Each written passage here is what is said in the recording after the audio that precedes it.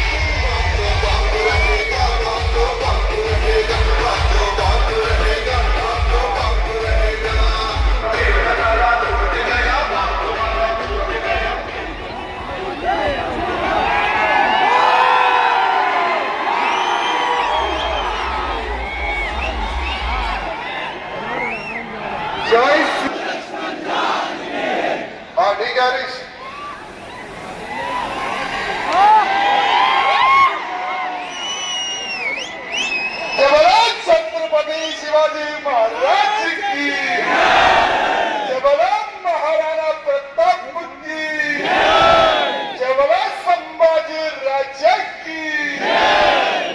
कैसे थके क्या आज? समय तो 11 बज चुके हैं। 11 बजने के बाद में भी मेरे राम भक्त इतनी बड़ी संख्या में यहाँ पर है, मैं आपको शत शत प्रणाम करता हूँ, धन्यवाद प्रकट करता हूँ। मेरे राम भक्तों, आज भगवान श्री रामचंद्र जी का जन्म उत्सव सिर्फ हमारे भाग्यनगर तेलंगाना में नहीं, पूरे भारत के कोने कोने में बहुत ही धूमधाम से मनाया जा रहा है मेरे मित्रों। आज हम सबके भगवान श्री रामचंद्र जी का जन्म हुआ है मेरे मित्रों। भगवान श्री रामचंद्र जी ने, अगर हमें जीवन में अगर किसी के मार्ग पर चलना है तो हमें भगवान श्री रामचंद्र जी के मार्ग पर चलना है मेरे मित्रों। कि मर्यादित किसे कहते हैं, मर्यादा में कैसा रहा जाता है, ये अगर हमें किसे सीखना है तो हमारे प्रभु श्री रामचंद्र जी से हम सीख सकते हैं मेरे मित्रों। लेकिन 14 साल प्रभु श्री रामचंद्र जी ने वनवास काटे हैं, सिर्फ एक जोड़े कपड़े से भाई लक्ष्मण के साथ सीता मैया को लेकर वनवास काटते हैं। लेकिन भगवान श्री रामचंद्र जी ने अपनी तीर और अपनी कमान नहीं छोड़ी मेरे मित्रों, क्योंकि भगवान श्री रामचंद्र जी को पता था कि दुश्मन कहीं से भी आ सकता है। मेरे परिवार की रक्षा के लिए, दुश्मन के सर्वनाश करने के लिए मेरा तीर और मेरा कमान मेरे साथ ही चलेगा। ये हमारे भगवान श्री रामचंद्र जी की सोच थी मेरे मित्रों। आज हम देख रहे हैं 500 साल पहले हिंदुओं को उनके त्योहार मनाने पर जिजिया टैक्स देना पड़ता था, जिजिया टैक्स 500 साल पहले। मेरे मित्रों, 500 साल होने के बाद में भी आज मुगलों की नाजायज औलादें हमारे हिंदुओं पर हमला कर रही है, हमारे त्योहारों पर पत्थर फेंक रही है। मेरे मित्रों, आज ही के दिन बंगाल में हिंदुओं पर पत्थर फेंके जा रहे हैं, आज ही के दिन महाराष्ट्र में हिंदुओं पर पत्थर फेंके जा रहे हैं, आज ही के दिन कर्नाटक में भगवान श्री रामचंद्र जी की शोभा यात्रा पर पत्थर फेंके जा रहे हैं। मेरे मित्रों, जहां जहां पर हिंदू संगठित नहीं है वहां पर हिंदुओं पर हमले हो रहे। लेकिन मैं गर्व से कह सकता हूं कि मेरे भाग्यनगर का हिंदू, मेरे तेलंगाना का हिंदू आज मेरे साथ भगवान श्री रामचंद्र जी के जन्म उत्सव पर नाच रहा है, गा रहा है, धूम मचा रहा है मेरे मित्रों। आज कुछ लोगों की नींदें खराब हो गई होंगी, आज कुछ लोग नहीं सो रहे होंगे कि ये क्या हो रहा है। भाग्यनगर का हिंदू जाग रहा है। अगर भाग्यनगर का हिंदू जागेगा तो ये जो छोटे भाई का पैजामा, बड़े भाई का कुर्ता पहने हुए ये दो बुलडॉग हमारे इस तेलंगाना नहीं पूरे भारत को छोड़ के भागेंगे मित्रों। बस हमें संगठित रहना है मेरे मित्रों। अगर हम संगठित नहीं रहेंगे तो सोचो क्या होगा मेरे मित्रों। होली के शुभ अवसर पर दिल्ली में क्या हुआ था तरुण के साथ। मैंने अभी एक बैनर देखा था, ये बैनर तरुण को स्वयं बजरंगबली का आशीर्वाद मिल रहा है। आज तरुण की क्या गलती थी। होली का शुभ अवसर, छोटी सी बच्ची कलर खेल रही है, गुलाल खेल रही है, एक छोटा सा बॉल नीचे फेंकती है, बालू के घर पर गिरता है एक लेडी पर, और वो लेडी उसके बेटे को फोन करती है। 25 से अधिक जिहादी आते हैं तरुण को किस प्रकार से, कितनी बेरहमी से तरुण का कत्ल कर देते हैं। आज पूरी दुनिया ने देखा है मेरे मित्रों कि किस प्रकार से तरुण का खून हुआ। मेरे मित्रों, हिंदू घटा है इसलिए हिंदू मरा। देखिए वहीं पर दिल्ली में सरकार हमारी, दिल्ली के बाजू पार्लियामेंट, प्रधानमंत्री जी रहते हैं यानी गृह मंत्री रहते हैं, लेकिन इनको डर किसी का नहीं। बस इनकी सोच क्या है, हिंदू है मार दो, ये इनकी सोच है मेरे मित्रों। लेकिन दिल्ली की सरकार ने, मैं दिल्ली के मुख्यमंत्री को धन्यवाद प्रकट करता हूं जिसने तरुण पर हमला किया, जिसने तरुण का खून किया, उसके घर पर बुलडोजर चढ़ाया है। मैं हमारी दिल्ली के मुख्यमंत्री हमारी बहन को धन्यवाद प्रकट करता हूं जो आपने बुलडोजर चढ़ाया है मेरी बहन।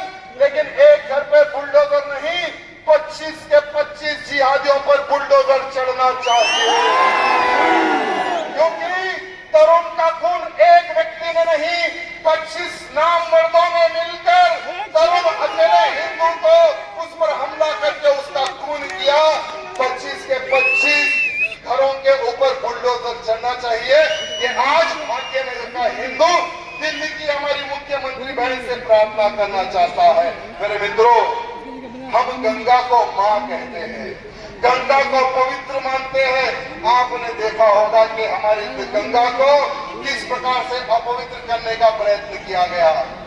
वहां पर 10 जिहादी एक बोर्ड चुराकर, वो चोरी करके हमारी गंगा मैया की नदी में जाकर वहां पर मटन बिरयानी खाते हैं और उन हड्डियों को हमारी गंगा मैया की नदी में डालते हैं। लेकिन मेरा हमारे मुख्यमंत्री किस राज्य में उन्होंने गंदा काम किया? उत्तर प्रदेश में उन्होंने गंदा काम किया। वो उत्तर प्रदेश जहां पर बोला नहीं जाता, वो उत्तर प्रदेश जहां पर ठोका जाता है। वो उत्तर प्रदेश जहां पर बोला नहीं जाता, वो उत्तर प्रदेश जहां पर ठोका जाता है। योगी आदित्यनाथ जी बाबा के राज्य में उन जिहादियों ने गंदा काम किया था, लेकिन अच्छे से सबक हमारे बाबा जी ने दिखाया है मेरे मित्रों। लेकिन कुछ लोग कहने लगे कि क्या हो गया, गंगा में अगर 4 हड्डी गिर गई, अगर कोई हिंदू मरता है तो उसकी भी हड्डियां गंगा में डाली जाती है, क्या उन पर कार्रवाई करोगे? कुछ बोलोगे, कुछ मुद्दे बोलने लगे मेरे मित्रों। तो मैं उनको कहना चाहूंगा, ठीक है, अगर ये तुम्हारी सोच है तो हमारे वाल्मीकि समाज के वीर, हमारे वाल्मीकि समाज के वीर शेर का गोश्त खाते हैं, शेर का। जहां पर तुम लोगों के प्रार्थना घर है, अगर वो प्रार्थना घरों के सामने हमारे वाल्मीकि शेर, अगर शेर की हड्डी खाकर तुम्हारे, जहां पर तुम्हारे प्रार्थना घर अगर वहां फेंक दे तो तुम लोग तो दंगा कर देते हो, दंगा। लेकिन तुम्हारी जैसी सोच हमारी नहीं है, क्योंकि हम सबको लेकर चलने वाले लोग हैं, और अगर हमसे जो टकराता है उसको मिट्टी में मिलाना भी हमें जानना है।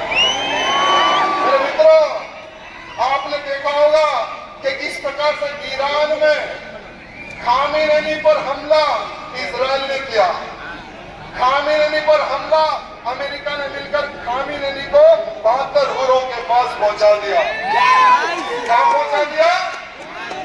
लेकिन वो कंट्री अलग, वो देश अलग, लेकिन तेलंगाना के इन लोगों को क्या हो गया समझ में नहीं आ रहा।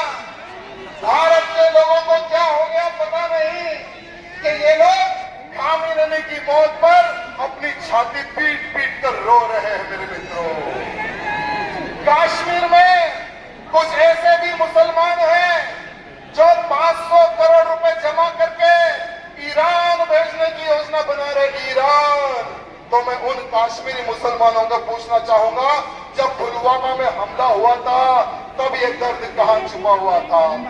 हमारे हिंदुओं का नाम पूछ पूछ कर गोलियां मारी जा रही थी, तब ये तुम्हारा दर्द कहां था?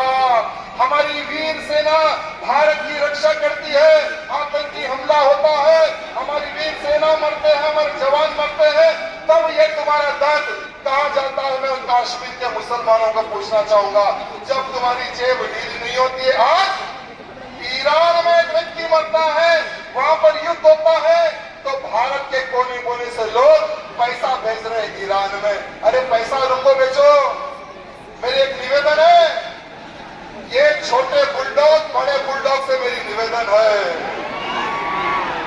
अरे पैसा अगर भेजना ही है तो पैसे के साथ में ये बड़े बड़े जो फ्लाइट जा रहे ना उसमें बैठकर तुम लोग चले जाओ ईरान। अरे चाहे तो बोलो टिकट हम बुक करवा दे, कितने फ्लाइट होना है बोलो वो भी बुक करवा दे।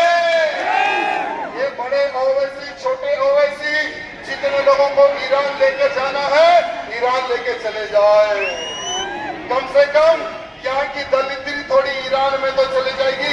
लेकिन मित्रों, ये मत सोचो ये कन्वर्टेड जिहादी बहुत तरह किस प्रकार से लोग जागरूक हो रहे हैं। सोचो अगर भारत देश पर किसी इस्लामिक देश का अगर हमला हो जाए, मेरे मित्रों ध्यान से सुनना, भारत देश पर अगर किसी इस्लामिक देश का अगर हमला हो जाए, हमारे बाबा साहब अंबेडकर जी ने एक पार्टीशन एक बहुत अच्छी बुक लिखी है।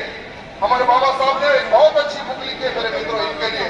बाबा साहब क्या कहते हैं कि ये लोग देश से ऊपर अपने इस्लाम को रखते हैं।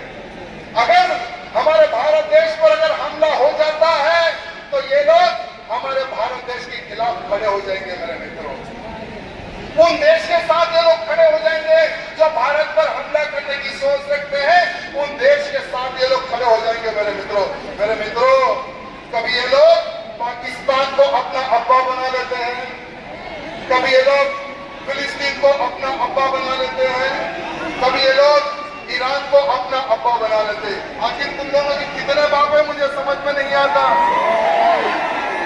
एक है, दो है या कितने हैं समझ में नहीं आता। मेरे मित्रों, आज ये लोग सीधा सीधा ये संदेश दे रहे हैं कि हम गजवा हिंद की प्लानिंग भारत में कर रहे हैं। गजवा हिंद माने भारत में रहकर भारत से युद्ध करने की प्लानिंग कर रहे हैं। मेरे मित्रों, आज मैं डंके की चोट पर यह कहना चाहूंगा कि सुन लो रे गद्दारों, जो गजवा हिंद का सपना तुम लोग लेकर जो जी रहे ना, हम जीते जी गजवा हिंद नहीं पूरे भारत को भगवा हिंद बनाकर रखेंगे। और जब तक हम जिंदा है मेरे भारत देश को हिंदू राष्ट्र मैं जब तक ना बना दूं, ना मैं चैन से बैठूंगा, ना ही तुम जिहादियों को चैन से बैठने दूंगा। हमारे मुख्यमंत्री जी, आपने हेट स्पीच पे एक बनाया है, आप हेट स्पीच को ही नहीं दे सकते बोलकर आपने बिल पेश किया है। किसके लिए? हम हिंदुओं के लिए। अरे जहां जहां पर इनकी सरकार आती है कांग्रेस की, हर बार इस प्रकार के आप लोग एक अलग प्रकार के गंदा प्रकार के कानून लाते हैं, सिर्फ हिंदुओं को तोड़ने के लिए, हिंदुओं की आवाज दबाने के लिए। मेरे मित्रों, जितने लोगों के फोन है सभी के फोन लाइट ऑन कर दो। आज हम हिंदू राष्ट्र का सपना इसी स्थान पे लेंगे। भारत को हिंदू राष्ट्र बनाने का संकल्प इसे चौराहे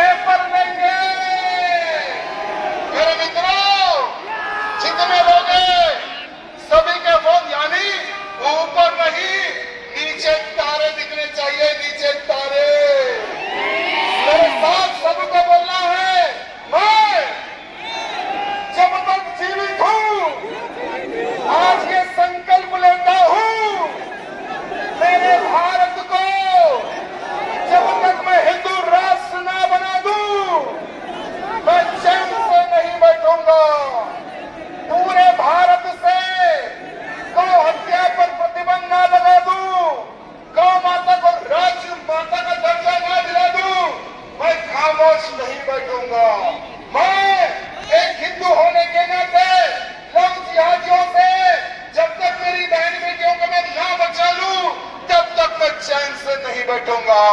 आज ये संकल्प लेता हूं और मुझे बार बार कल शाम तक भी मेरे को कॉल आए हैं। कल शाम तक मेरे फोन पर धमकी भरे फोन आ रहे थे कि बेटा हमारे स्नैपर रेडी है, आज तेरी आखिरी रामनवमी है, तेरा आखिरी जुलूस है। अरे भोसड़ी को कहां है रे तुम्हारे स्नैपर? कहां पे किया है रे बम? अरे हम हिंदू हैं, माथे पर तिलक, जिगर में है दम, छाती ठोक कर कहते हैं हिंदू है हम, हिंदू है हम किसी के बाप से डरते नहीं। तुम्हारे ये फोन से, तुम्हारे लव लेटर से हम डरने वाले नहीं। बेटा जिस दिन भी राजा सिंह को खत्म करने की सोचो ना तो जरा अच्छे से सोचो, क्योंकि अगर तुम्हारे वार से ये राजा सिंह बच जाएगा तो तुम्हारी नस्लों को ये राजा सिंह खत्म कर देगा। हमारे अमित शाह जी को मैंने पत्र लिखा था, अमित शाह जी मैं सुरक्षा की भीख नहीं मांगता हूं, अमित शाह जी मैं सुरक्षा की भीख नहीं मांगता हूं, लेकिन ये आतंकी कौन है उनका ठिकाना बता दो, क्योंकि आज मैं राजनीति में हूं, पहले मैं भी एक शैतान था। धर्म की रक्षा के लिए, देश की रक्षा के लिए हमने भी तलवार उठाई थी, लेकिन राजनीति में आने के बाद में हमने तलवार को हमारे मंदिर में लगा दिया है। फिर से मेरे धर्म की रक्षा के लिए, फिर से मेरे परिवार की रक्षा के लिए, फिर से मेरे हिंदू समाज के लिए मुझे वो रास्ता न बताना। अगर हम वो रास्ता पकड़ लेंगे तो ये साले जिहादियों, तुम कहते हो ना कि हम कट्टर है, कट्टर, एक कट्टर इसे कहते हैं, कट्टर। अरे बेटा 15 मिनट की बात कहता है ना, मैं हमारे पुलिस भाइयों से निवेदन करना चाहता हूं, हमें ये लेफ्ट साइड जाने दें। 15 मिनट क्या होता है इन मुल्लों को हम बता देंगे। अरे पब्लिक में बोलना बहुत आसान है बेटा, राजा सिंह अकेला खड़ा हुआ है, बोल तुझे कितना समय चाहिए? अरे तुझे 15 मिनट नहीं 15 दिन दूंगा। अरे तुझे 15 दिन नहीं 15 महीने दूंगा। अरे तुझे 15 दिन नहीं 15 महीने नहीं 15 साल दूंगा। अरे साले तुझे 15 साल नहीं 15 जन्म दूंगा।